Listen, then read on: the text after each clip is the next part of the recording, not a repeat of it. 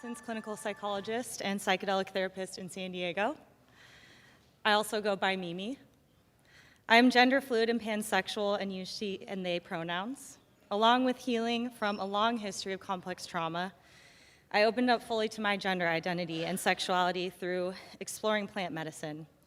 It has been a journey coming out into the world as a fluid pan person, as often fluidity, pansexuality, and bisexuality are seen as invalid or not queer enough. That said, it means so much to me to be witnessed, being out in my queerness for the first time on a professional stage. So thank you.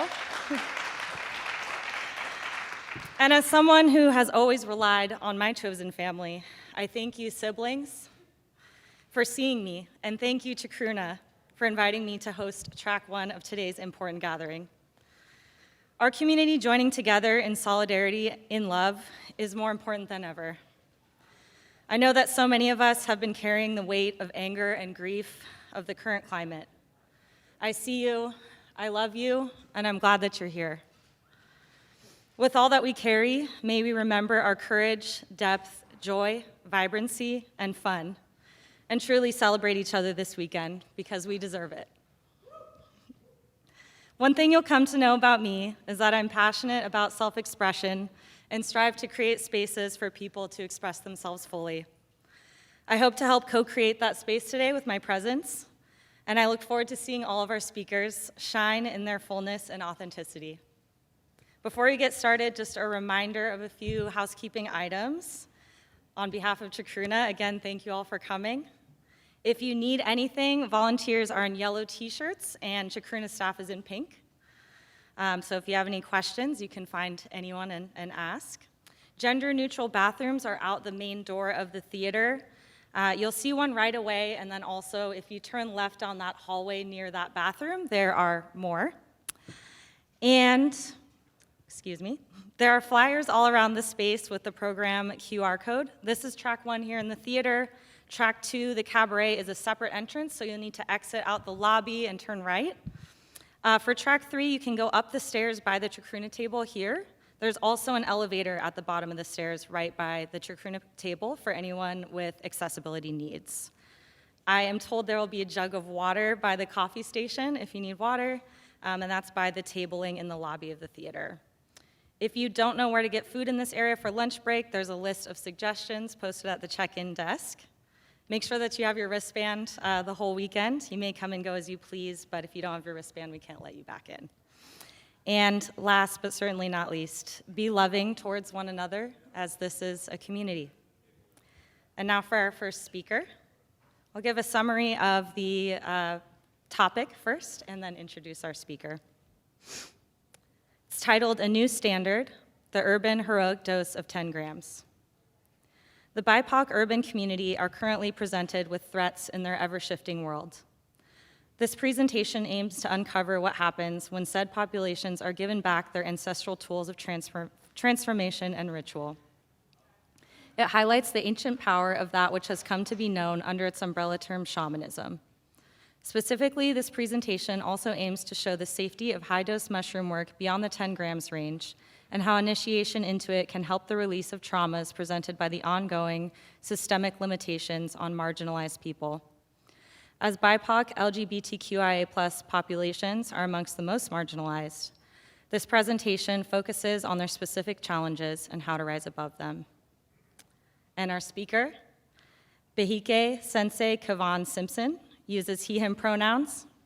He is an ordained minister, multidisciplinary artist, international two-spirit medicine man, Shotokan karate black belt, and founder of the New York City Entheogen Integration Circle. He comes from a lineage of Jamaican spiritual healers, and in the spirit of Sankofa, he calls upon his Taino and Akan ancestry often. He is also initiated through Dieta into the path of curanderismo, the ancient sacred healing plant medicine shamanism of the Amazon rainforest and the Andes. During his extended stays in Pucallpa, Iquitos, and Chavin de Huantar, Peru, he learned the techniques of guiding ceremonies from his fellow indigenous keepers of the earth with the intent of bringing the experience back to marginalized communities. He has traveled as far as Taiwan, Jamaica, Canada, and even Japan within his path as a medicine guide and high-dose solo sitter. Known as one of the leaders of the underground psychedelic renaissance, clinical psychotherapists often come to him for advice with their clients. Since 2018, he has graced Chacruna's stage twice as a speaker and panelist at their Psychedelics and Science conferences. In 2019, he opened the world-renowned Horizon Psychedelic Conference as the ritual voice of spirit. And with that said, let's get started. Behike?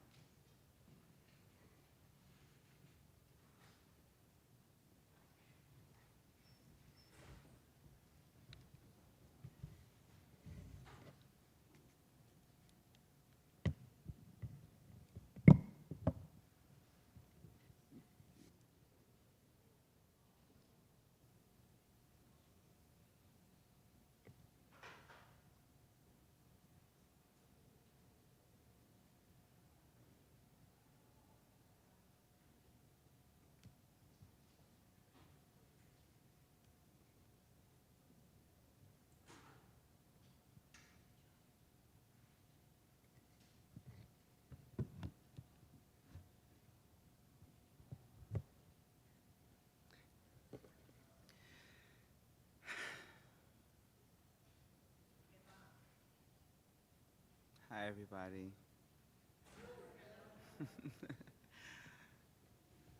Well, first, I just want to say good morning, and let me just hold this thing in my hand, yeah. I just want to express my gratitude to BIA and to Clancy for giving me a space to be heard more than my own city. And I really want to thank Higuayagua, Taino of the Caribbean, my tribe in New York City, and also Light of Iris, and all of my community members that make me possible. You know, no person is an island. And so for today, I just want to do something a little bit different, because I think instead of getting up here and just talking about results of others and so on, I kind of wanted to gift you guys an experience of what it's like to be with me, if that makes any sense. And it will require your physical participation, so not just sitting there. And if you'd like, you can join in. If not, that's also okay. And yeah. So we can begin by closing our eyes together for a moment, again.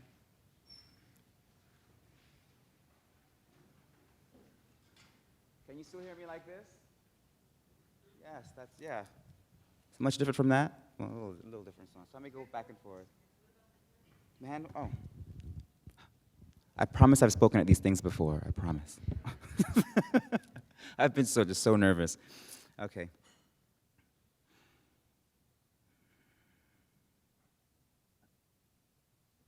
Can everyone please stand up?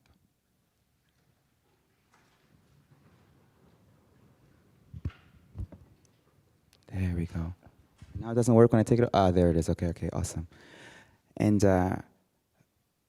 before well, the old way I used to do it was I would just have people sign up and submit their questionnaire, their 21 questionnaire, or their psychologytoday.com mental health assessment, and all these things are very, very gentle, and the way you can do it underground, right? But I found that doing medicine work that way made people not really get to see who it is that I am. So who I am is a martial arts black belt and sensei. And so what the pandemic did to me, it turned me into what you're seeing here on the stage, which is, I don't know if it's a butterfly, but when I came here last time, I was wearing a rainbow poncho, something else going on. But today I'm in something that's more representative of who it is I am as a person. So it's the Shotokan karate animal is tiger, so that's why I'm wearing tiger sneakers. This print is an African print given to me by one of my high-dose initiated shamans, Auye Love. And this is the Higuayagua Taino of the Caribbean Wayuko that I learned how to make so that I'm not dressing outside of what it is that I am. And I'm wearing my karate gi because I dare somebody. So with that being said, What we learned, the first thing we learned is how to give each other respect. And you take your left leg in, like so, and you bring your feet and hands together on your side, and you bow. And you keep your head up, you look, you don't look down at the floor, right? You look up at the space, the people, everything, and you come back up. And you try that again, one more time. And down, and back up. And we say, os, and back up. You cross your hands over your chest, and you open that same leg again, and you make a loud kia when you do that. We're going to give you the quick karate class today, okay? So leg in, bow, os, cross your arms, and then when you step out, you're going to punch like you're punching through the floor. You're going to do a loud kia. Loud, I want it to echo. I want the ceiling to shake. 1, 2, 3. Kia! Ah. Can we do that one more time? In, down, up, cross, and kia. We're going to go through 3 punches and 1 block, because that's all we have time for, and we're going to teach them very, very, very quickly. So have your hands open like so. And there's your fist. So making sure that your thumb is not like this. You break your thumb like that. Making sure that your fist is like that. And also, so this is like a beginner fist, right? Where the wrist is up. You don't want to do a beginner fist, because then it's like, right? You don't want to do it like that. So you want to make sure that your knuckles are like, those 2 knuckles are pointing kind of down. And you'll see with most black belts, their fist kind of even angles down a bit to make sure that those 2 knuckles are what you're hitting your target with, right? So I'm going to like, not speak this part so that I don't echo back and forth. Just follow me if you will. The other hand will be placed on your waist like so.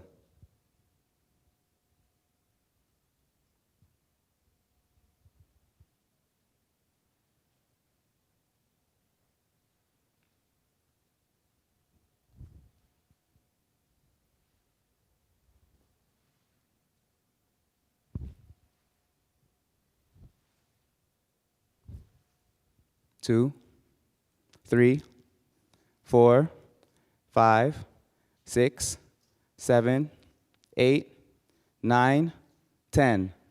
10. 10. 10. How many of you have done karate before? Raise your hand. Very few of you. If it's your first time ever doing a karate punch, raise your hand. Yes, all right. That's what's up. Because of what's happening in our world to our community, a lot of us are feeling disempowered, and we also cannot physically defend ourselves. This is why I've put the martial arts into the psychedelic space. Because without having martial arts in the psychedelic space, I wouldn't be alive to be here with you, right? So the last thing you could take that punch and go chest to the 3 levels, but I want to make sure I get everything out, so I don't want to go through all of those. But I do want to show you a block, because that's just the right thing to do, show you an attack and a block. So can you bring the hand on your waist?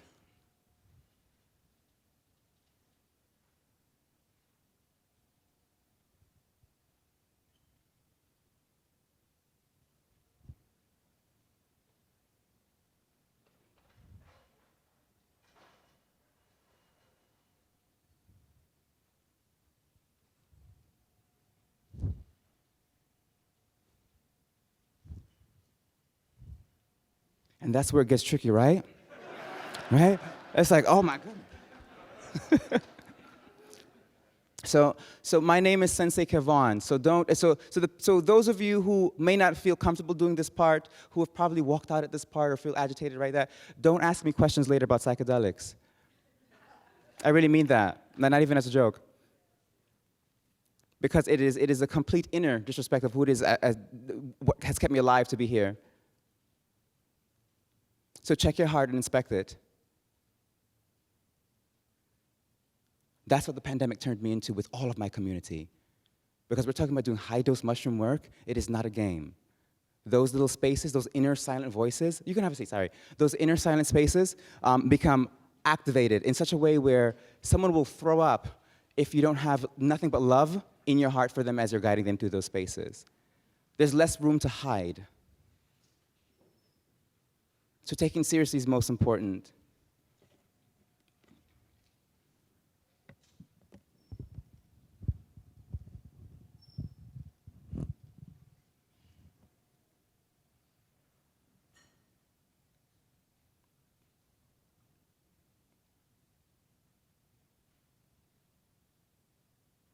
what I loved about dojo life was the teamwork that was built. I love the respect that we gave to our founding master, Gishin Funakoshi. I love that we would bow to a certain direction to the people who were our elders before us in karate class. I remember how sacred the tying of the belt was, and all these little things that lead to people carrying on the tradition properly. These things that sometimes get skipped over.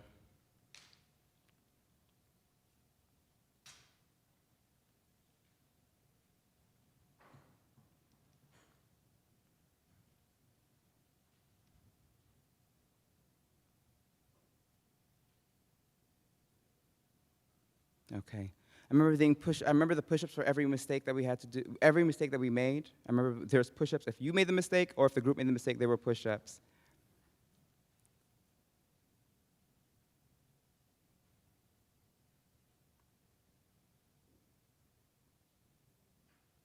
My technology is acting strange. I can kind of temperamental at the moment. Please forgive me for this moment here. Okay. All right. Okay. There we go, we figured it out. Okay. So the tying of the belt was a ceremony. And if you made a mistake with the tying of your belt, you got laughed out of the karate class. And so that's the sensei that I am, but I had to learn how to become a softer person. And so this poem here is called Strength. And that's what's like this device is called Old, and this poem is called Strength.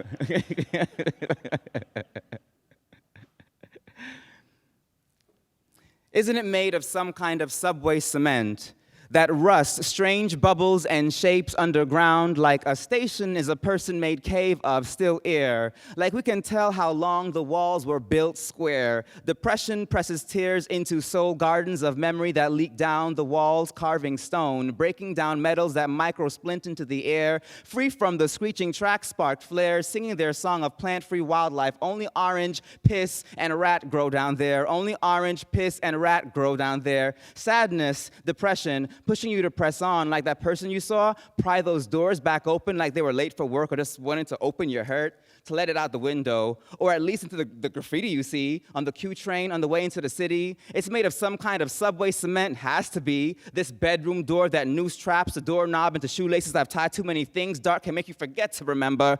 Lost in a secret madness, but I do remember this. Those New York City rats always look like they don't belong anywhere, hair first. So that night, those rats were they were kicking in the key of what the? I was like, birds at this time of night? Have you heard them ever? The Chinatown rats that chirp like birds? Be careful with what you heard. Be careful and clear with what you heard. I'm from the city that never sleeps. I'm from the city that never sleeps, where even the rats sing like medicine birds. You heard? Strength. Poem.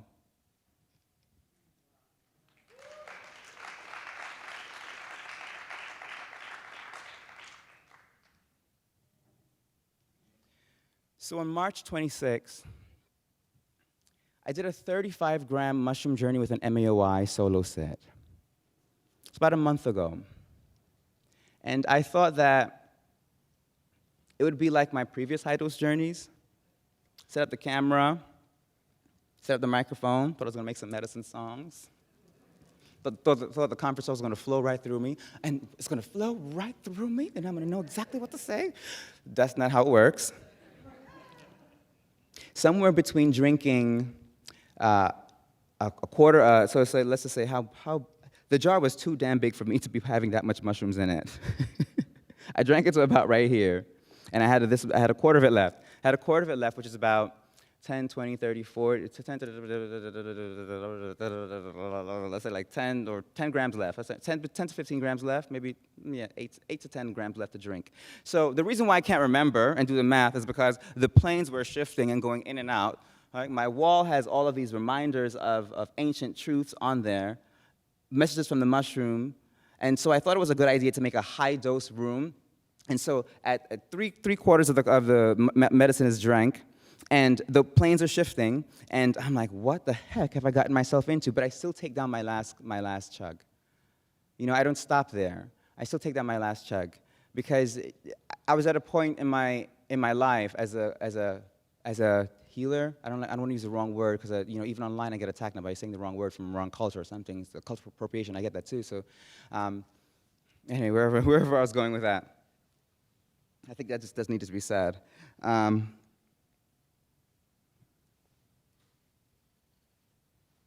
I projectile vomited so many times that I can't even. I think my body lifted off the floor. And so the message became remembering humility, right? To not think that any one of us, no matter how much work we've done with these plant teachers, can say that we know it, or to ever walk around arrogantly like we do. And I can't even do that. So I don't know how something like this has become a billion-dollar industry with people walking around like they know more than sometimes it's just so hard to articulate. Like they know more than the carriers of it. Like they know more than the natural carriers of it. And that is very difficult to sometimes breathe in and swallow. So at 35 grams with an MAOI, the mushrooms made me even throw up. 10 grams is the new standard. It's like, what is 10 grams of the new standard? What does that even mean? And what does that even mean, right? What does that even mean? When someone may need even more than that. But if we're stuck at 5 grams being the thing that we think is, oh, here I am, I've arrived. 5 grams in silent darkness, I've arrived. And that's a huge mistake.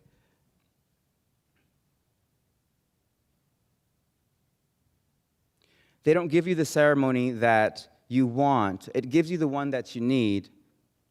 And so here are some notes from the mushroom to be remembered. 1, every spore is an individual. Every spore is an individual. There is no such thing as noise. Every little thing matters. There is room for it all. It's not a bad trip, it's a birth trip, it's a growth trip. Our energy is squared together. Grams, Grams. Grams reveal ancient medicine service. GRMAS, grams reveal ancient medicine service.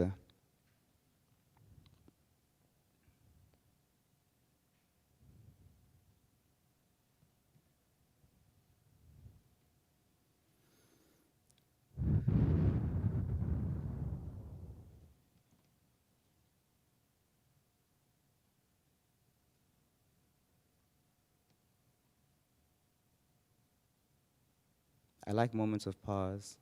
I don't like when I'm forced into them by technology, though. Okay. Those are notes of the mushrooms to remember. Special thanks to my tribe, Higwayago Taino of the Caribbean, and the tireless efforts of let me go back a little bit, I'm so nervous. Special thanks to my tribe, Higwayago Taino of the Caribbean, and their tireless efforts to keep our Taino culture alive. A special thanks to Takura Maritza for teaching me how to make my wayuko. A special thanks to Behike Atunwa, aka Gypsy Running Cloud, who organizes our Biwaisa circle, Bia Waisa. So Bia Waisa, instead of saying two-spirit, right? So Tainos don't have to use that word. We can say Biwaisa, Bia Waisa. A safe space for non-binary Tainos of the tribe to come together and grow, and a special thanks to our cacique, George Baracute Estevez, and his wife and family for teaching us the Taino dances. And thank you for giving me the honor of learning how to play the Mayawakan for our tribe. The Mayawakan, at the high doses, do something quite special for those of us who are ready to see what we came to see on this planet during this awakening with the high dose work. I don't want to give away too much. The proof is in the pudding. Thank you, most importantly, for the Hiwataia Language Reconstruction Project. As you guys know, we're losing indigenous languages, which means we're losing indigenous drum rhythms, which means we're losing indigenous knowledge overall, right? Ways in which that we awaken. So I really want to thank, most importantly, the Higwayaga Taino of the Caribbean for their Hiwataia Language Reconstruction Project that is resurrecting the Taino language and thus giving me the words to sing the song and say these words, say things like, Daka o wakani wiokuya. Daka o wakani wiokuya. I'm carrying mountain light. I'm carrying mountain light, right? And to know that there was a word of my people for being beshroomed, and that word is anabaki. Anabaki kasakabode onira ei Kansi wakani, kansi wakano, lanka sunia, kahara dai buahubo. Kahara dai buahubo, kawona ho bula.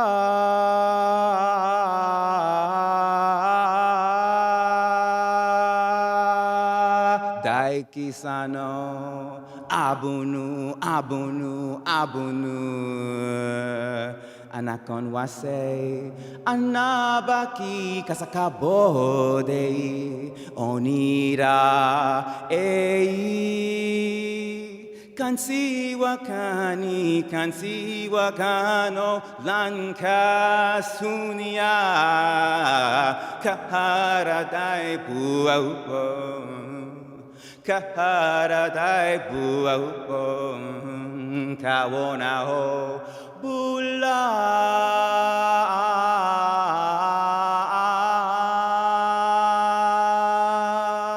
Dai kisano abunu, abunu. Anakon wase, receive, receive, receive. Anakon wase, anakon wase, anakon wase is beauty. It's receive, receive, receive beauty. Anabaki, daily, daily, daily. The demanding demands of the world. Yeah?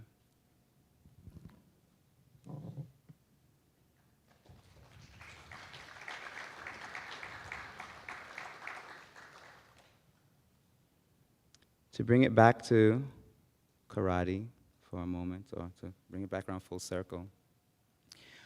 Can Cobra USA had a dojo creed, or Shotokan Karate has a dojo creed. It has a karate creed, but each dojo has a way of interpreting it or making it fit for the languaging of where the dojo is, right?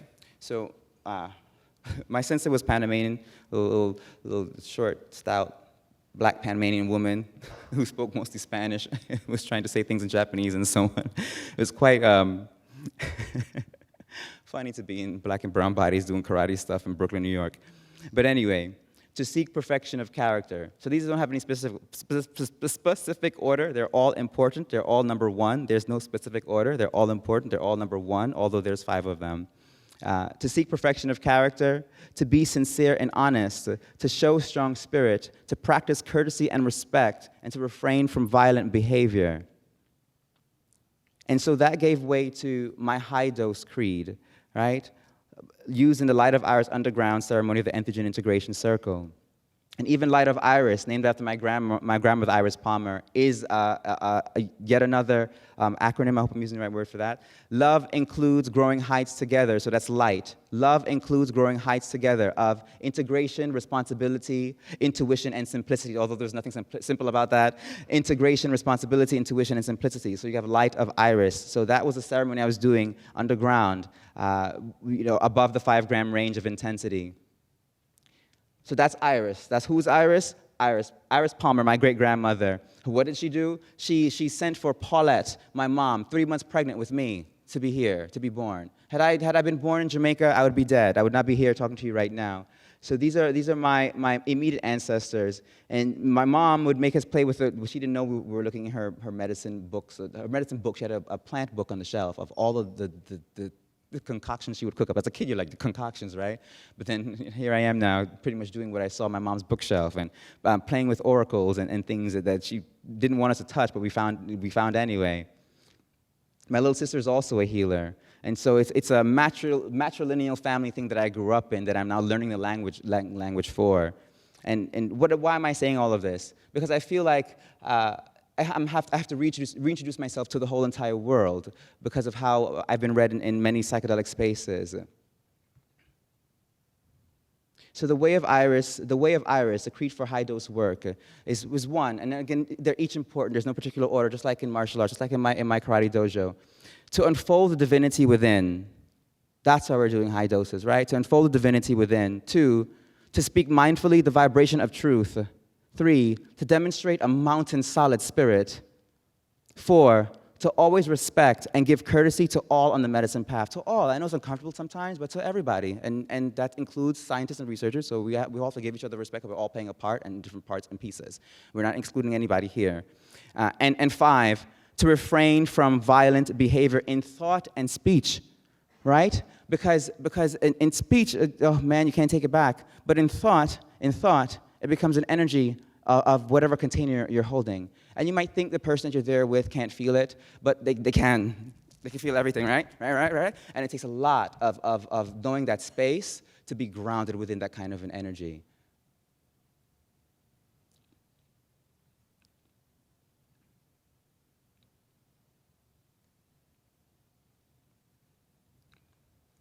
All right, which story do I want to tell? I'm down to like the last few stories. My first time serving ayahuasca was actually in the jungle, my first time there. I'll repeat that. My first time serving ayahuasca was actually in the jungle, my first time there. I have to say that. Why did that happen? Well, I went there and I spent a whole month at a retreat space where I had to, the exchange was that I stayed there and I got some training, right? And then there's a month in and I'm like, where's the shaman? All the ayahuasca's on the shelves and there's no shaman. And I'm seeing this young native brother, and he's one of us. He's of the rainbow. We'll say he's of the rainbow, and he's helping all these. He's supposed to be helping the people come in for the retreats, but now he's just, there's no retreat happening, so he's kind of just there, and he's not drinking the medicine. It's right there, and he's just like there to help people coming into the country. And I'm like, has anyone asked you to help with your passport to fly and travel somewhere? And he's like, no. I said, all this money coming in, no one has asked you to do anything, and my Spanish wasn't very good at that time, and it just broke my heart. So he shared with me his first time drinking ayahuasca, and the curandero of his community told him and 3 other young children that they were going to a party. And then they got to the party, and it was a ceremony. Could you imagine? So in my last week there, that month, I decided I was doing underground work for so many people. I was like, I can't come all the way to Peru and not like give some kind of like a queer space journey for this guy, right? So I sat with ayahuasca by myself twice before to make sure that I knew what I was doing. The stupidest, most ambitious thing I ever did in my life, but I'm glad that I did it just because that he was one of us, and I gave him like my unicorn rainbow hoodie and one of my gold scarves, and then the next day I flew out to go find my teacher. I was like, I have to guys, I didn't fly to Peru to wait a month and then be the shaman again. I had to find my teacher. But that's how I served ayahuasca the first time in Peru, by being there my first time. And I learned that blowing the mapacho, I went to help hey Wen, thank you for coming. I went to help Wendy was also her name. Her name was Wendy, but you're Wen. And I thought Wendy was just not adjusted to the jungle. Wendy was a pretty white girl. I just thought she was not adjusted to the jungle well, but she was adjusted more well adjusted than myself. And so I went to blow the mapacho to her feet, and in that moment, the spirit of ayahuasca took over my whole body and started doing this puppeting thing. And I went over to her and I went. And I blew the mapacho to her feet, and I thought it was like sage, because I'm like, oh, you just wave the sage, you just do a little saging. And it became an interdimensional two-way portal of me taking on all of the energy through her feet, of everything. And I just started projectile vomiting all over the place. Well, not all over the place, but into the bucket. And I was like, oh my God, blowing the mapacho on somebody is a two-way channel. And so I learned in that moment, and while being in the jungle my first time. And so I really needed a teacher. I didn't get till a whole month later. And I think I'll save When Monkeys Attack. There's 2 more stories. There's When Monkeys Attack and What Bit the Dog's Neck and Made the Blood Come Out of It. There's also Using the Mushroom Staff story as a beacon at my grandmother's. Yeah, let's do that one. Let's skip those other 2 stories. I don't want to make y'all laugh. I want to make y'all realize the power of what the mushrooms can do. So I'm at it's my grandmother's funeral. My family hasn't given me the details of it. I'm there with my partner. I'm in an emotional nightmare. So of course I take psychedelics. In those moments. Of course. Of course I'm on psychedelics right now. Of course. Of course. Mushroom said, be a ceremony here. Of course. I listen to it. Period. Even if I look quirky and agitated and all the other things. Right? So at my grandmother's funeral, and I'm walking into the whole, what is it called, graveyard, and I'm with my partner who doesn't get why I'm bringing ayahuasca to the funeral, and I have to, and no one gave me where the lot is going to be, and I'm walking around with my mushroom staff, and I'm I mean, funny, not funny, I'm using it in my heart, and I'm able to, like, with tears streaming down my face, up and down those hills, find the lot. And so I have the lot, I have my handpan there, and, you know, I'm sitting at the lot with my handpan, and then they're lowering my grandmother into the grave, and I'm like, that's when I play the handpan. I'm like, boom, boom, boom, boom, better not drop my grandma, better not drop my grandma. I can be like that. And they don't drop her, they just lower her very gently. And my whole family's there, my whole Jamaican family, you know, and you can't be gay in Jamaica. You can't be what I am in Jamaica at all, which means you can go many, many years without seeing family members, which means you showing up at a funeral is like time traveling. So I showed up and it was like time traveling, and I couldn't. I said, well, here is the medicine called ayahuasca that I went to the jungle to train to bring back to you, family, and something else I said, now it has to be poured into the grave, you know. But here it is poured into the grave as libation. Here it is poured into the grave as libation to a future possibility that my grandmother did not get to drink. So when you hear me, you know, maybe speaking to anyone, and I say drug your families or learn how to give them a microdose of something, I really do mean that, because I've watched family members of mine not even get to try what a microdose is. Or, you know, I've literally poured a psychedelic into my grandmother's grave during this pandemic. So one of my initiates, her grandmother was dying around the same time. The stories that bond us, you know. But she was able to get her granny the medicine in time, and you know, her grandma was like, "What you put in my coffee?" However, she told the story much better than I can. But I got to live vicariously through her having shared the medicine with her grandmother, and that just filled my soul, because I didn't get to do that with mine.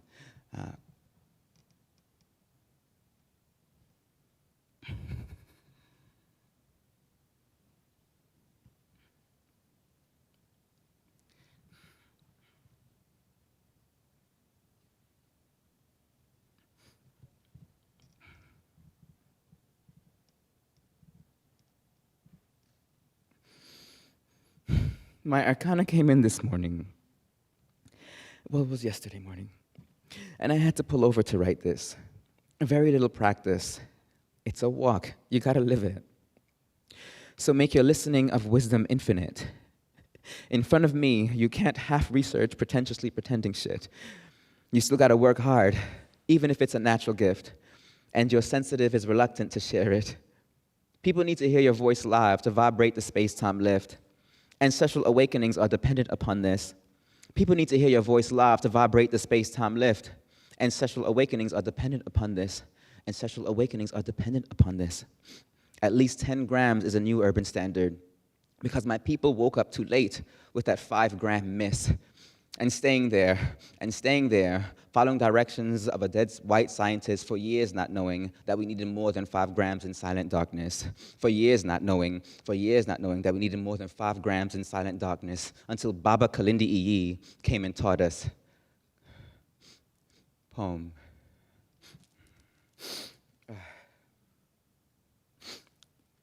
In closing, my goal is to initiate 100 shamans, but I just want to say a special thanks to the Light of Iris warriors who came to the high-dose ceremonies with me at some point in their medicine path. And their names are, or sorry if I forgot some names, you guys see this on video at some time in the future. Forgive me for not having a perfect set. Ishmael, Somalia, Stefania, Yuki, Kendra, Kwabena, Siani, Sa, Auye, Kufikiri, Jegna, Marines, my fairy hawk Graciela, my little sister Patrice, and last but never least, Chelsea.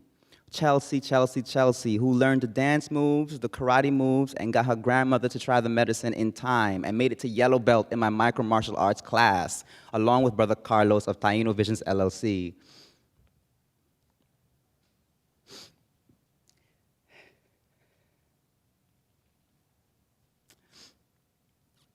May I ask you to rise one more time?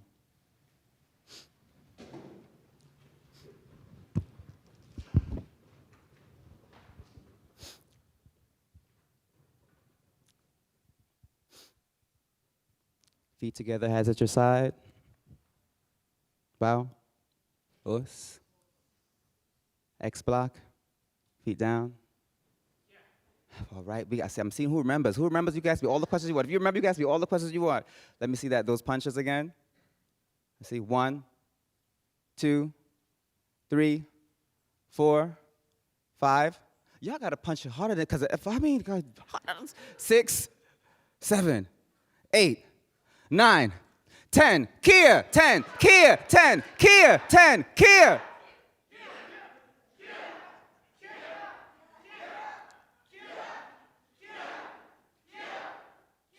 Does it. Thank you, guys. Thank you for this memory. Thank you for this moment. That completes my talk.